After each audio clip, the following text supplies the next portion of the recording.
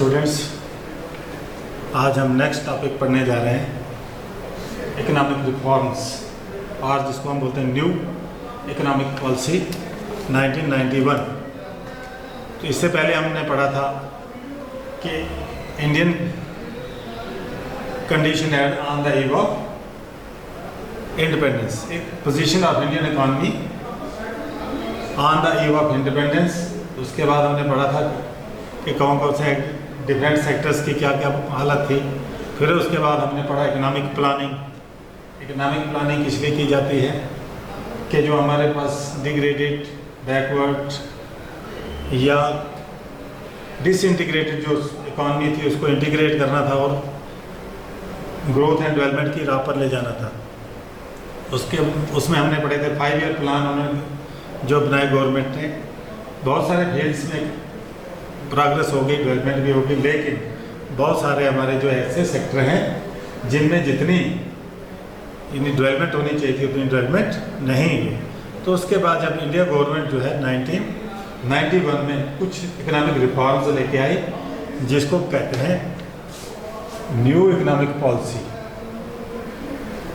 New economic policy 1991। इसका क्या मतलब हो गया? New economic policy means all economic changes made by government of India since 1991 to pave the way of all round prosperity of Indian economy. कि पूरे जो changes लाए उन्होंने इकोनॉमी में, प्लानिंग में, कि अपनी इंडियन इकोनॉमी को और ज़्यादा पेज दें, स्पीड अप कर दें। These changes have been made in government policies regarding, जो गवर्नमेंट की पॉलिसीज थी, किस किस फील्ड में इसकी चेंजेस की गई। नंबर 1 आ गया फॉरेन इन्वेस्टमेंट। ये जो पहले हमारी इकोनॉमिक पॉलिसीज थी, फॉरेन इन्वेस्टमेंट, इसमें जो था इसमें काफ़ी पाबंदियाँ वगैरह थी, रिस्ट्रिक्शंस थी, जिसमें डायरेक्ट कोई फॉरेन इन्वेस्टमेंट नहीं कर सकते थे। उसमें उन्होंने कोई नई इकोनॉमिक पॉलिसी बनाई।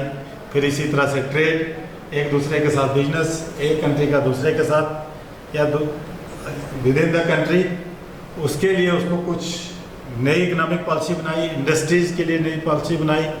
फॉरेन एक्सचेंज को कैसे बढ़ाया जाए, जिससे हम बहुत सारी चीज़ों को इंपोर्ट करते हैं, हमारे पास फॉरेन एक्सचेंज चाहिए, उसको कैसे बढ़ाया जाए। और साथ में फिजिकल अफेयर्स। फिजिकल अफेयर्स का मतलब हो गया ये जो फाइनेंशियल ट्रांजैक्शंस हैं, फाइनेंशियल ट्रांजैक्शंस, इनको कैसे बढ़ाया जाए। तो सारे इसके ऊपर ये हमारी जो इकोनॉमिक पॉलिसी चल रही थी पहले से, उसमें उसको रिफॉर्म्स की ज़रूरत थी, उसमें चेंज की ज़रूरत थी, जो गवर्नमेंट ऑफ इंडिया ने 1991 में चेंजेस की इसमें। तो 1991 के बाद उन्होंने एक न्यू इकोनॉमिक पॉलिसी स्टार्ट कर दी, यानी इकोनॉमिक रिफॉर्म किए, जिसको कहा न्यू इकोनॉमिक पॉलिसी 1991। इसमें आपको एक ऑब्जेक्टिव टाइप क्वेश्चन भी पूछा जाता है कि when did India government of India opted for new economic policy. तो आपके पास ऑप्शन होंगे 4, जिसमें आप लोग ये भी बता सकते हैं कि न्यू इकोनॉमिक पॉलिसी जो ऑप्टेड इन 1991, तो इसके नीड और ऑब्जेक्टिव्स क्या क्या हैं। न्यू इकोनॉमिक पॉलिसी के नीड हैं, ऑब्जेक्टिव्स क्या क्या हैं।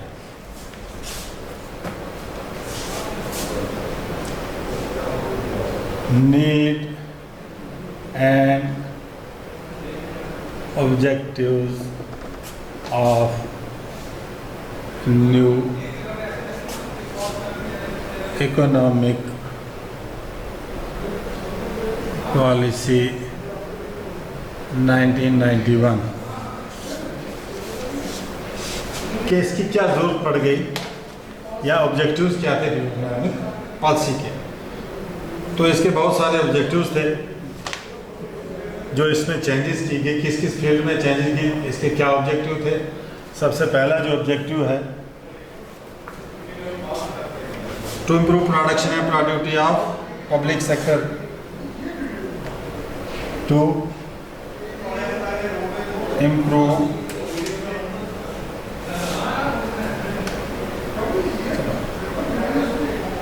Objectives regarding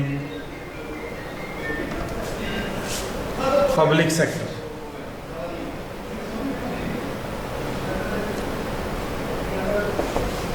objective regarding public sector. Public sector का मतलब हो गया गवर्नमेंट सेक्टर के सारे जो हमारे पास मोस्टली इकोनॉमिक एक्टिविटीज थी वो that were on controlled and discharge perform by government, public sector से ही चला जाता था।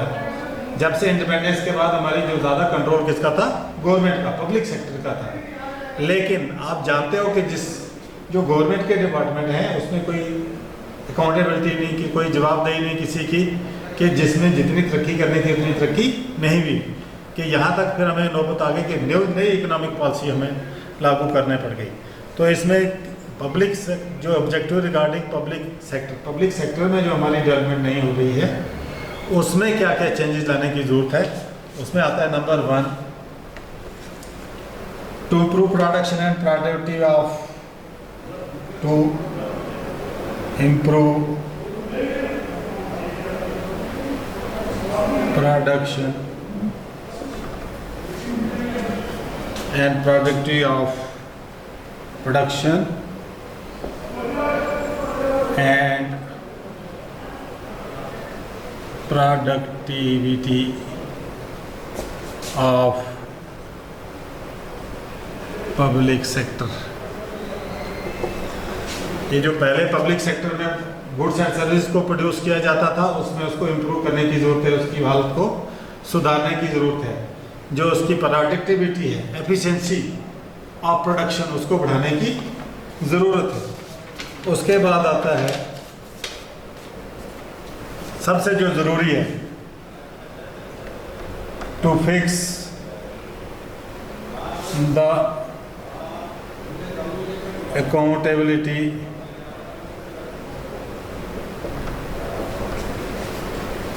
Of these enterprises. ये जो पब्लिक सेक्टर के एंटरप्राइज हैं इसके ऊपर अकाउंटेबल रखा गया है कि जो इस पे जहाँ पर जिसकी ड्यूटी होगी उसी की रिस्पॉन्सिबिलिटी भी होगी कि इसमें जो इसका प्रोडक्शन बढ़ना चाहिए, प्रोडक्टिविटी बढ़नी चाहिए। अगर कम होता है तो कौन इसके लिए रिस्पॉन्सिबल है, ऐसे अकाउंटेबिलिटी यानी अच्छी तरह से चेक होना चाहिए इसमें। उसके बाद आ गया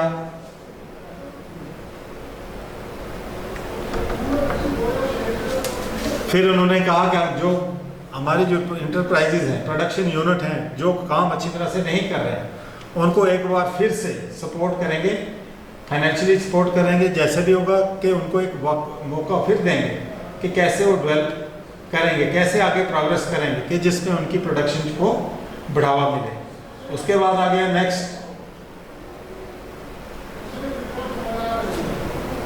ये जितने भी प्रोडक्शन यूनिट हैं, बीमारू प्रोडक्शन यूनिट है, उनके ऊपर भी एक नए सिरे से उनको चालू किया जाएगा कि नई टेक्नोलॉजी का हम इस्तेमाल करें, नए सीड्स वगैरह का इस्तेमाल करेंगे, तो यानी नई मशीनरी इस्तेमाल करके हम उसकी प्रोडक्टिविटी को बढ़ाने की कोशिश करेंगे।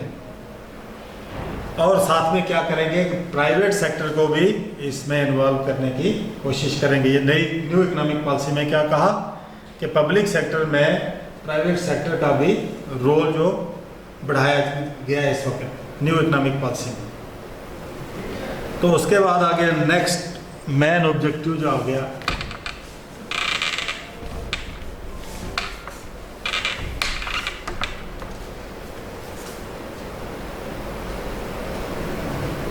ऑब्जेक्टिव रिगार्डिंग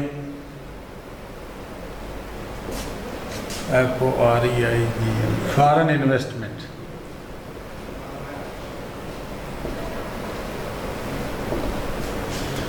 ये जो फॉरेन इन्वेस्टमेंट दूसरे देशों से, कि हमारे अपने देश में जो है इन्वेस्टमेंट को बढ़ावा दिया जाए, इसमें क्या क्या ज़रूरी है कि न्यू टेक्निक जो है, कोई न्यू टेक्नोलॉजी इस्तेमाल की जाए, कि डायरेक्ट जो है to invite and promote foreign direct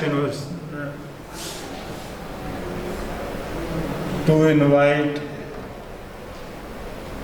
and promote foreign direct investment. जो फॉरेन इन्वेस्टर्स हैं उनको डायरेक्ट इनवाइट किया जाए और उनको प्रमोट किया जाए कि अपने हमारे देश में अपना इन्वेस्टमेंट लगाओ, ये अपने हमारे यानी देश में अपनी इन्वेस्टमेंट करो। उसके बाद आ गया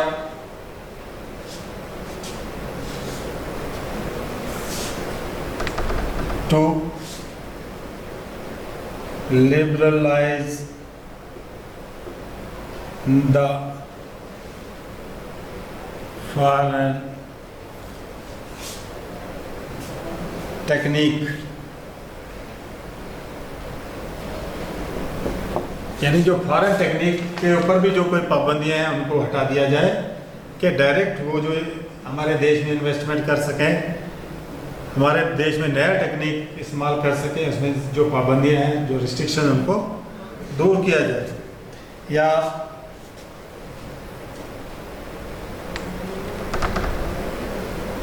to seek foreign investment, foreign aid and borrowings in case of need, यानी अगर ज़रूरत पड़ी तो हम जो लोन वगैरह लेते हैं, एड वगैरह भी हमें बाहर किसी और देश से मिल जाए, मदद मिल जाए अपनी प्रोडक्शन को बढ़ाने के लिए, तो वो भी इस पॉलिसी में एक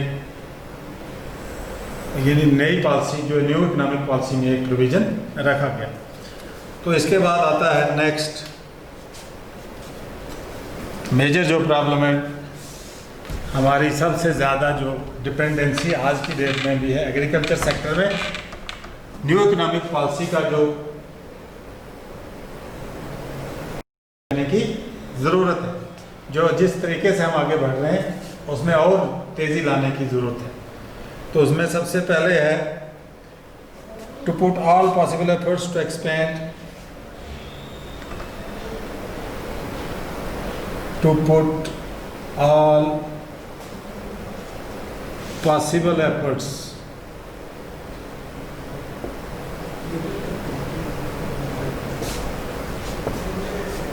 to expand area under cultivation।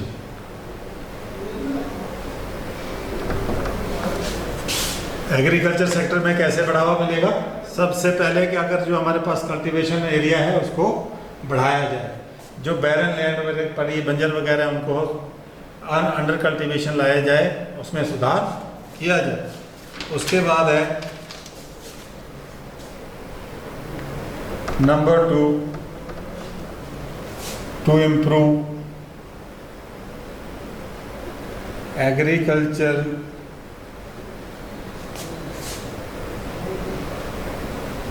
Production and productivity.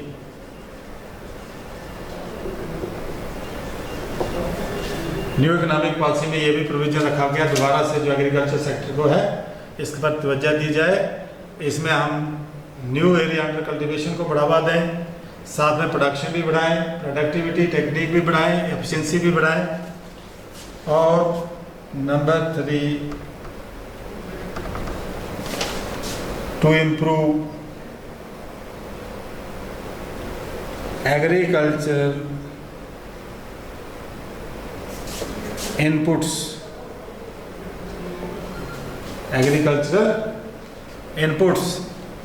Agriculture inputs कौन कौन से होंगे? जैसे हमारे पास आ गया सीड्स,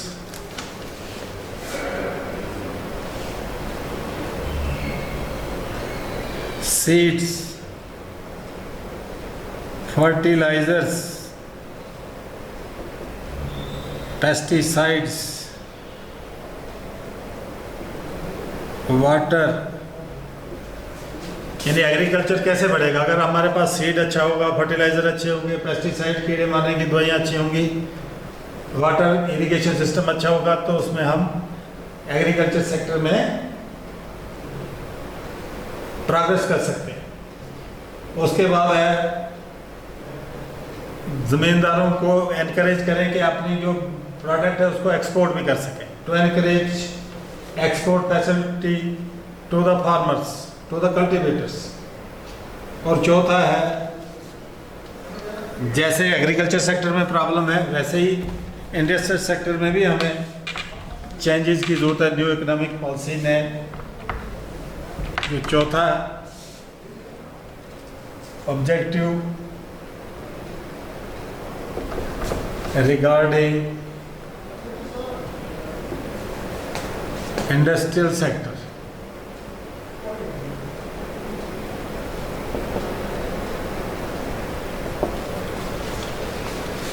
इंडस्ट्रियल सेक्टर में भी हमें चेंजेस लाने की ज़रूरत है। उसमें आ गया इसमें कि भाई इंडस्ट्रियल सेक्टर में भी हमें क्या करना है। नंबर 1, इंडस्ट्रियल सेक्टर की प्रोडक्शन को बढ़ाना है, इंडस्ट्रियल सेक्टर की प्रोडक्टिविटी को बढ़ाना है, यानी प्रोडक्टिव एफिशिएंसी। जो हमारा काम है कि ज़्यादा महंगा ना हो काम, सस्ता काम हो, अच्छा और अच्छा काम हो। उसके बाद अगर इंडस्ट्रियल सेक्टर में जो लाइसेंसिंग वगैरह है, जो इसमें पहले मुश्किलात आती थी, उसको भी कम किया गया, ज़्यादा रिस्ट्रिक्शंस नहीं रखी गई। और जो इंडस्ट्रियल सेक्टर में जो प्रोडक्ट्स तैयार होता है उनकी मार्केटिंग के लिए भी इसमें प्रोविज़न रखा गया। और भी बहुत सारी चीज़ें हैं जो इसमें सुधार जो है न्यू इकोनॉमिक पॉलिसी के तहत इसमें सुधार लाने की कोशिश की गई।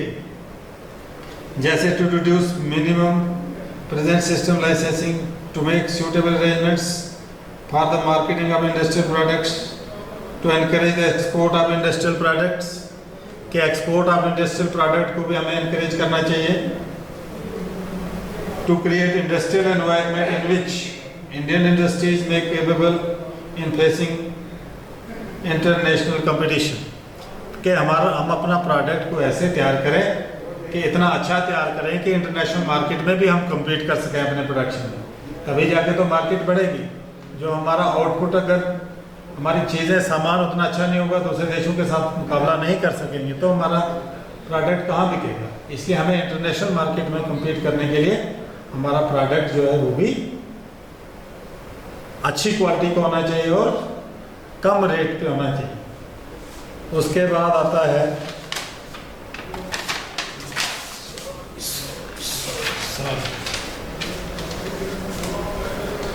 इसी तरह से एग्रीकल्चर सेक्टर में प्रॉब्लम्स हैं, इंडस्ट्रियल सेक्टर में प्रॉब्लम्स हैं।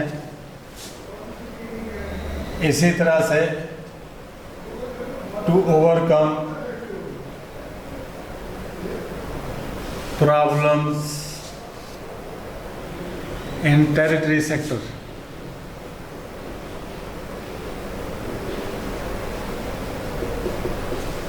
यानी हर एक सेक्टर जो हमारा प्रॉपर डेवलपमेंट नहीं हुई, इसलिए इसमें न्यू इकोनॉमिक पॉलिसी की यानी चेंजेस की ज़रूरत पड़ गई। जैसे हमारे पास एग्रीकल्चर सेक्टर पे जोर देने की ज़रूरत पड़ गई, इंडस्ट्रियल सेक्टर पे, टेरिटरी सेक्टर में भी हमने कोई तरक्की नहीं की, इसलिए तो हमारे टेरिटरी सेक्टर को भी बढ़ावा देने की ज़रूरत है।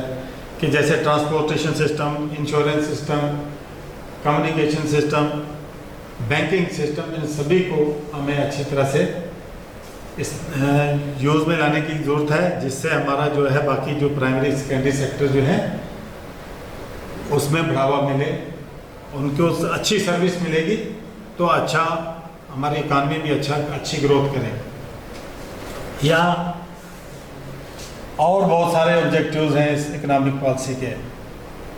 Other objectives,